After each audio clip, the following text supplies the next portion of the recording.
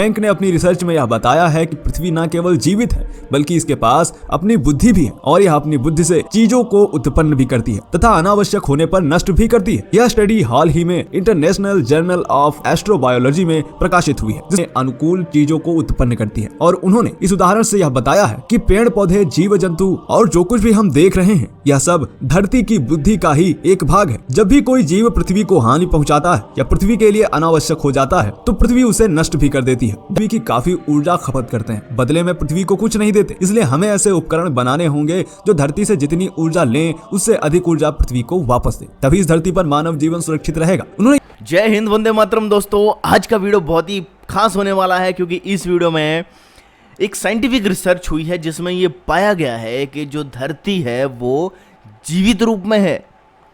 अक्सर क्योंकि हम सोचते हैं कि जीव का मतलब सांस लेना ही होता है, लेकिन पृथ्वी भी सांस लेती है, पृथ्वी में भी जान है और वो साबित हुआ है एक रिसर्च पेपर से। सारी बात क्या है इस वीडियो में जानेंगे। और तो और हमारे जो धर्मशास्त्र कहे जाते हैं, अथर्ववेद, उसमें कुछ ऐसे मंत्र और श्लोक आते हैं जिसमें ये बात लिखी हुई है कि जो पृथ्वी है वो एक देवी है, हमें पृथ्वी की जो है स्तुति करनी चाहिए और पृथ्वी हमें जीवन देती है।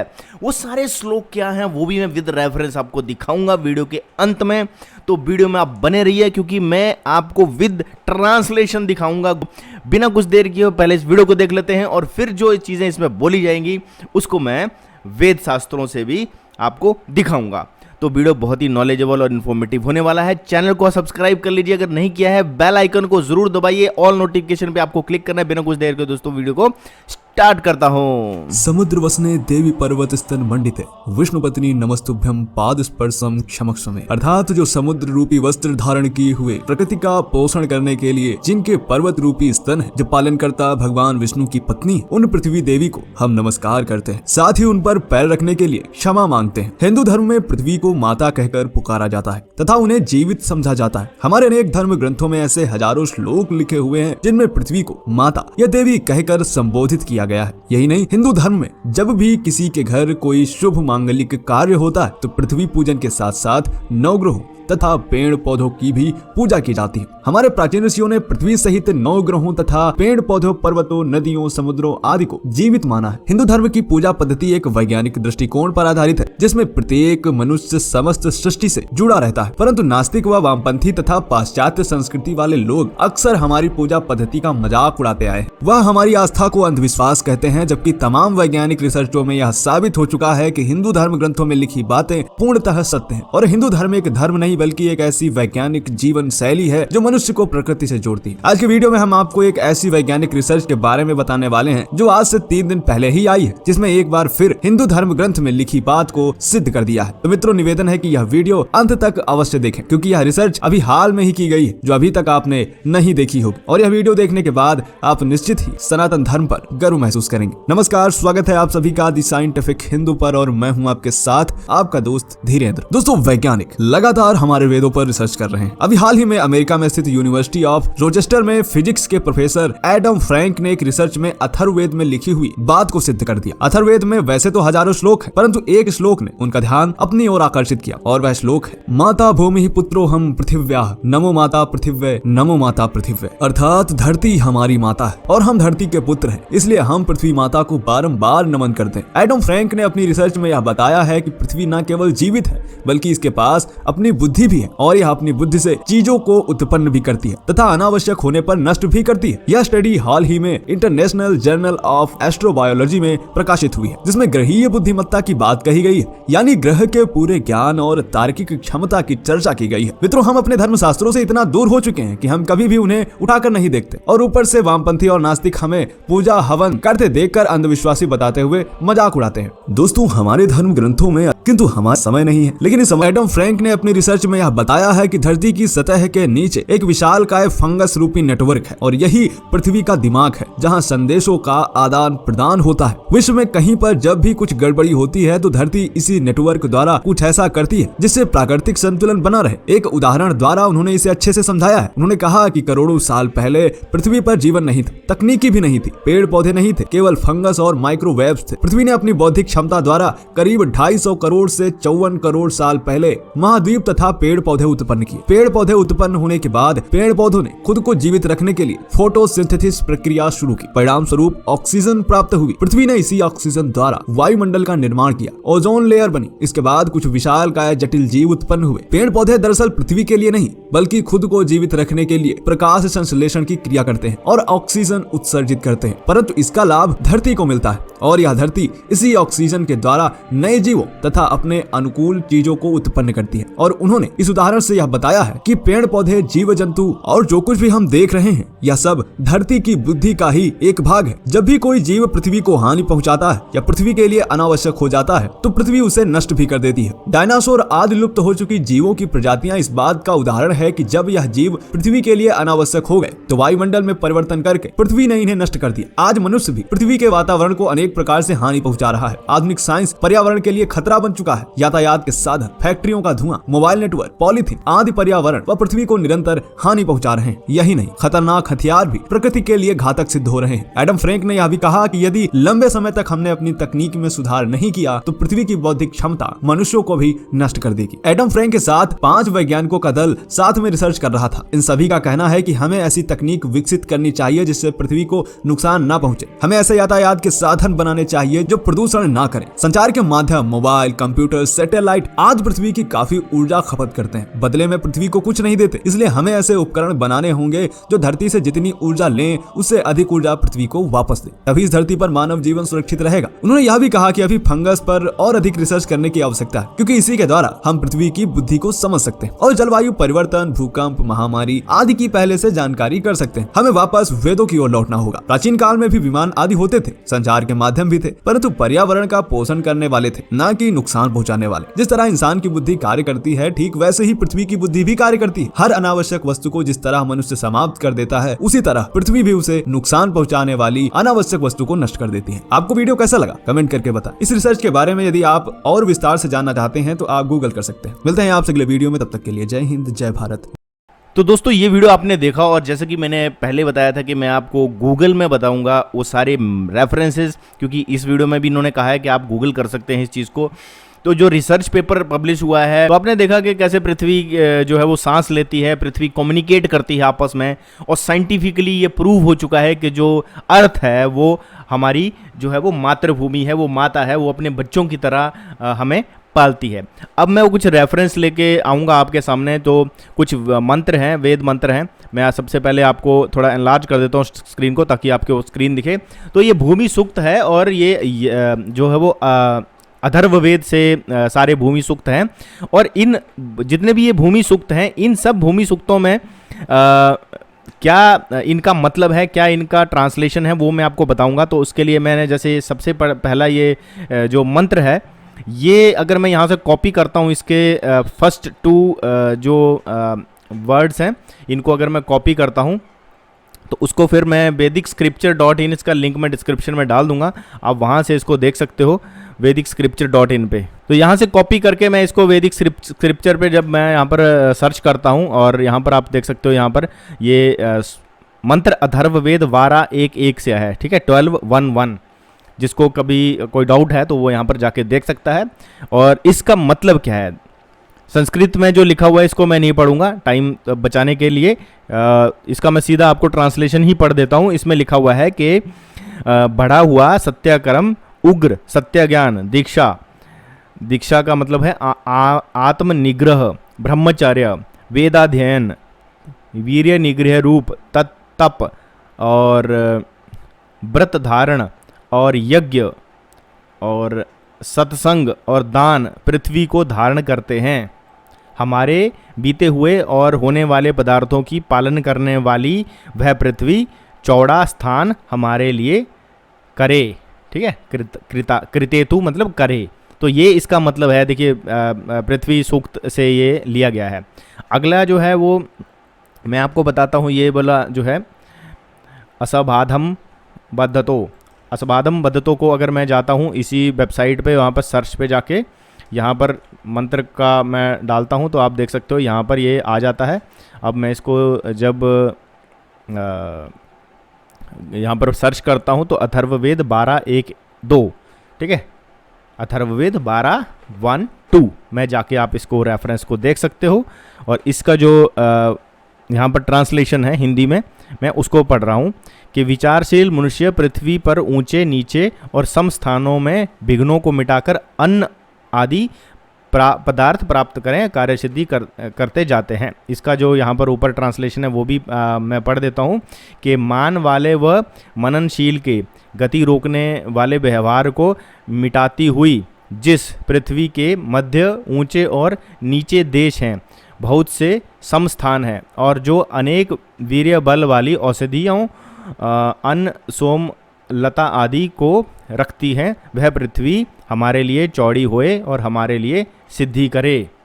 ठीक है, तो ये इसका मतलब है। अगले वाले पे हम चलते हैं जिसका है यस्याम समुद्र उते। इसका क्या मतलब है? ठीक है, तो पूरा नहीं कॉपी करेंगे, हम सिर्फ फर्स्ट 2 को कॉपी करेंगे और इस पे जाके सर्च पे जाके यहाँ पर जाके हमें पेस्ट कर देना है। अभी देखिए यहाँ पर आ गया है ये सर्च में अथर्ववेद 12:3, मतलब अगला ही है, उसके अगला ही है। तो ये लगातार जो है वो पृथ्वी सूक्त के सारे श्लोक हैं। और इसका जो मतलब यहाँ पर लिखा हुआ है कि जिस भूमि पर समुद्र और नदी और जलधाराएं, झरने, कूप आदि हैं, जिस पर अन्न और खेतियाँ उत्पन्न हुई हैं, जिस पर यह श्वास लेता हुआ और चेष्टा करता हुआ जगत चलता है। अब देखिए यहाँ पर क्या लिखा है, जिस पर श्वास लेता हुआ और चेष्टा करता हुआ जगत चलता है पृथ्वी के ऊपर, वह भूमि हमें श्रेष्ठों से रक्षा योग्य पद ठहराए। देखो किस तरह से हम अपनी प्रकृति को समझते हैं। सबसे इंपॉर्टेंट बात यहाँ पर ये नहीं है कि इन मंत्रों का ऐसे मतलब है, ठीक है जी ये तो नॉर्मल बात है, खेतियाँ हो रही हैं, झरने बह रहे हैं। बात यह है कि हम वैल्यू को समझते हैं। और जब इतनी वैल्यू को अगर वेदों में लिखा हो गया तो वेद कोई छोटी चीज़ थोड़ी है। सनातन धर्म कोई ऐसे मजाक थोड़ी है, लोगों ने मजाक समझा हुआ है ना। और इतना गलत प्रचार जो कर रहे हैं उन सब लोगों के मुंह पर ये करारा तमाचा ज़रूर होगा। अब देखिए अगला मंत्र का मैं ले रहा हूँ और मेरे ख्याल से ये लगातार ही है, मतलब इसको मैं अब नेक्स्ट ही कर देता हूँ यहाँ पर। तो अगला मंत्र यहाँ पर आ जाएगा नीचे, उसको सर्च करने की ज़रूरत नहीं है, मैं आपको दिखा भी दूंगा। कोई यहाँ पर जो लिखा हुआ है ना यस्यास्त्रिता तब प्रदीक्षा, तो ये यहाँ पर ये देखिए लिखा हुआ सेम वही है। और इसका क्या मतलब है, इसका क्या पदार्थ है, वो यहाँ पर भावार्थ सब लिखा हुआ है कि जिस पृथ्वी की चारों बड़ी दिशाएं हैं, जिस पृथ्वी की चारों बड़ी दिशाएं हैं, जिसमें अन्न और खेतियाँ उत्पन्न हुई हैं, जो अनेक प्रकार से श्वास लेते हुए चेष्टा करते हुए जगत को पोषती है, वह भूमि हमें गाँव में और भी अन्न में रखे। जो मनुष्य सब और दृष्टि फैलाकर अन्न आदि पदार्थ प्राप्त करके सब प्राणियों की रक्षा करते हैं, वे इस भूमि पर गौ, बैल, अश्व आदि अन्न आदि पदार्थों की परिपूर्ण करते हैं। अब देखो, अब यहाँ पर क्या है कि पूरे जीवों की रक्षा, प्राणियों की रक्षा के लिए जो चीज़ें लिखी हुई हैं उसको यहाँ पर वर्णित किया गया है। नेक्स्ट पे हम चलते हैं, ठीक है, अगला मंत्र, क्योंकि जो मैं यहाँ पर दिखा रहा हूँ जैसे यस्य पूर्वो, ये आपको यजुर्वेद में यहाँ पर दिख जाएगा। यस्य पूर्वो ये पृथ्वी सूक्त है अथर्ववेद में, 12वां चैप्टर है, मतलब इसको आप यहाँ पर देखते हो, कांड 12वां कांड है और सूक्त पहला है और उसमें जितने भी मंत्र हैं, तो इसके आप यहाँ से भी सर्च कर सकते हैं इसको, ठीक है, पहला। और उसके बाद पहले में जितने ये मंत्र हैं ना 63 हैं ये, तो ये 63 1 से लेकर 63 ये पृथ्वी सूक्त में ही आते हैं। इन सब में यही चीज़ लिखी हुई है और साइंटिफिकली ये प्रूव हो गया है कि पृथ्वी जो है वो कम्युनिकेट करती है, पृथ्वी जो है वो जीवों को पालती है। और जब पृथ्वी को लगता है कि अब जीव जो है उत्पाद मचा रहे हैं और प्रकृति की रक्षा नहीं कर रहे हैं, तो ये पृथ्वी ही है जो काली का रूप धारण करके विध्वंस भी कर देती है। तो जो लोग, मतलब एक्चुअल में बताऊं तो सही टर्म में जो ईश्वर की परिभाषा है ना, वो सनातन धर्म की किताबों में ही है। बाकियों में सिर्फ क्या कहा गया है, एक ईश्वर है, एक ईश्वर है। ईश्वर जो है वो उसको बोला गया है कि वो शैतान अलग है और ईश्वर अलग है, और शैतान जो है वो ईश्वर को तंग करता है। नहीं, ऐसा नहीं है, ईश्वर में ही सब कुछ है। ऐसा कैसे हो सकता है? अगर एक ईश्वर है जो पूरी दुनिया को चला रहा है, उसके होते हुए शैतान कैसे आ सकता है? शैतान कैसे भटका सकता है? ये बात समझने वाली है। सबसे इंपॉर्टेंट बात तो यही है, शैतान ईश्वर के होते हुए शैतान की सत्ता नहीं है। बेसिकली जो ईश्वर है वो निर्गुण है, निर्गुण ब्रह्मा है, लेकिन हम उसे निर्गुण बोलते हैं, निरंकार बोलते हैं। हालांकि ऐसा नहीं है कि अगर बहुत सारे लोग बोलते हैं अच्छा निर्गुण है निरंकार है तो आप उसको गुण में नहीं बांध सकते, आप उसको आकार में नहीं बांध सकते, ऐसा नहीं है। अगर उसे गुण और आकार में नहीं बांध सकते होते तो ये पृथ्वी सूरज नहीं होते। आप समझो बात को, ये पृथ्वी नहीं होती। पृथ्वी क्या है, एक आकार में बांध दिया ना परमात्मा ने, अपने स्वरूप को एक आकार देकर उस पर जीवों को बोला कि तुम यहाँ पर जियो, ठीक है, पाल रही है ना पृथ्वी, हमें पाल रही है। और जिस दिन पृथ्वी का मन किया उस दिन विध्वंस भी हो जाएगा। डायनासोर भी ऐसे ही खत्म हुए, क्योंकि डायनासोर क्या उस पृथ्वी के उस परमात्मा के जो है वो संतान नहीं थे। जैसे डायनासोर इस पृथ्वी के संतान थे, वैसे ही हम इंसान भी, हमको स्पेशल नहीं है। लेकिन इंसानों में फ़र्क यह है कि इंसान सोचता है, इंसान समझता है। जो इंसान दूसरों का दर्द समझता है वही इंसान एक्चुअल में इंसान है। आप इसको जाके पढ़ सकते हो। ये देखिए मंत्र 5, इसमें भी यही चीज़ लिखी हुई है कि ये जिस पृथ्वी पर पूर्व काल में पूर्वजों ने बढ़कर कर्तव्य किए, जिस पर देवताओं ने विजय जनों ने असुरों दुष्टों को हराया, गौं अश्वों और अन्न की चौकी ठिकाना वह पृथ्वी है, हमको ऐश्वर्य और तेज दे। देखो गौं की, अश्वों की और अन्नों की ठिकाना है वो वहाँ पर, मतलब यहाँ पर सारी चीज़ें मिलती हैं। नेक्स्ट पे चलो, ये सारे जो है वो अथर्ववेद में सारे मंत्र दिए हुए हैं और आप इसको खुद भी जाकर प्रमाणित कर सकते हो। सब और सबको सहारा देने वाली, धनों को रखने वाली, दृढ़ आधार, स्वर्ण छाती में रखने वाली, चलने वाले की सुख देने वाली, सब नरों के हितकारी, अग्नि, समान प्रतापी मनुष्य की पोषण करने वाली, इंद्र, परमात्मा व मनुष्य व सूर्य। इंद्र को ऊर्जा भी कहा जाता है। इंद्र कोई ऐसा कोई इंद्र लोक में बैठा हुआ कोई ऐसा कोई इंसान ह्यूमन रूपी कोई राजा नहीं है। इंद्र जो है वो ऊर्जा को कहा गया है। परमात्मा को भी इंद्र कहा गया है, मनुष्य व सूर्य को भी इंद्र कहा गया है। को प्रधान मानने वाली भूमि, बल व धन के बीच हमको रखे। ये देखो पृथ्वी के लिए कितनी अच्छी अच्छी चीज़ें बोली गई हैं। पूरा मतलब प्रकृति, नेचर, तभी तो बोलते हैं सनातन धर्म। क्यों बोलते हैं सनातन? इसीलिए बोलते हैं। क्यों? क्योंकि हम लोग नेचर के अकॉर्डिंग चलने वाले लोग हैं। हम नेचर को अपने हिसाब से नहीं चलाते हैं, नेचर के हिसाब से हम चलते हैं। जिस सब कुछ देने वाली भूमि या आश्रय स्थान, पृथ्वी, फैले हुए धरातल को बिना सोते हुए देवता विजय पुरुष बिना चूक बचाते हैं, वह हमको प्रिय मधु विद्या, पूर्ण विद्या दुहा करे और भी तेज बल प्रक्रम के साथ बढ़ाए। तो ये पृथ्वी के लिए कितने अच्छे अच्छे मतलब स्तुति की गई है कि पृथ्वी हमारी रक्षा करती है, पृथ्वी हमारी माता है। इसलिए हम बोलते हैं वंदे मातरम।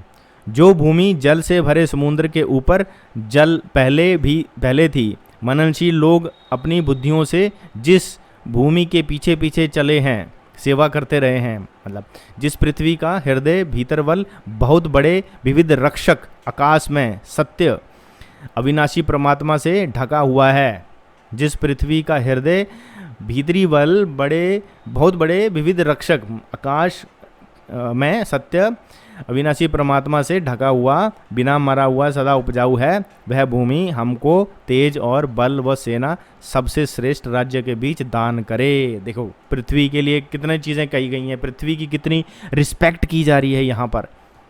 और देखो आदिकाल में जल से भरे हुए समुद्र के ऊपर जल भाप पहले थी, मतलब जब शुरू में थी तो पृथ्वी जो थी वो जल के अंदर थी। सृष्टि के आदि में जल के मध्य में ये पृथ्वी बुदबुदे के समान थी। या इसका मतलब इन्होंने थोड़ा और सिंपल कर दिया है। वह आकाश और ईश्वरीय से दृढ़ होकर अनेक रत्नों की खानी है। देखो बोला पृथ्वी के अंदर बहुत सारे रत्न होते हैं। ऋषि मुनियों को कैसे पता था? उन्होंने कोई खुदाई करी थी क्या? करी होगी तभी तो पता है। इसका मतलब है पहले भी सारी चीज़ें खोज की जा चुकी हैं। अब आज के बोलते हैं देखो जी हमने खोजे हैं रत्न, तो मतलब यहाँ पर लिखा हुआ है कि पृथ्वी के अंदर रत्न है, रत्न की खान है। पहले विचारवानों के समान वह मनुष्य पराक्रम से पृथ्वी की सेवा करके बड़े राज्य और भीतर तेजस्वी और बली होकर बढ़ोतरी करे। इसको आप देख सकते हो, नेक्स्ट करके मैंने आपको ये अब तक 12-1-8 तक मैंने दिखा दिया है, और ये 9वां मंत्र है, इसको भी मैं पढ़ देता हूँ लास्ट में, उसके बाद हम वीडियो को क्लोज करते हैं।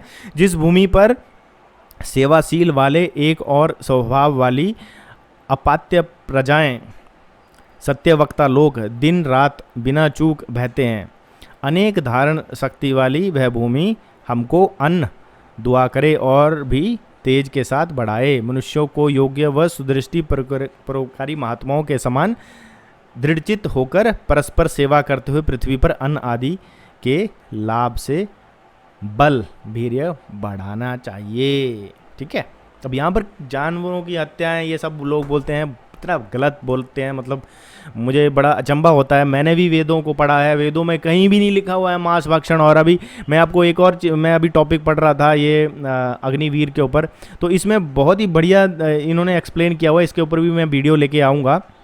और यहाँ पर इन्होंने लिखा हुआ है कि इन सब का क्या मतलब है, अब आरोप लगते हैं तो उसमें ट्रांसलेशन ही गलत कर देते हैं ये लोग, तो उसके ऊपर भी मैं एक वीडियो लेके आऊँगा। आप चैनल से जुड़ जाइए। आपने देखा, खुद ही देखा आपने, मैंने अभी आपको दिखाया कि पृथ्वी सूक्त में पृथ्वी की स्तुति की गई है।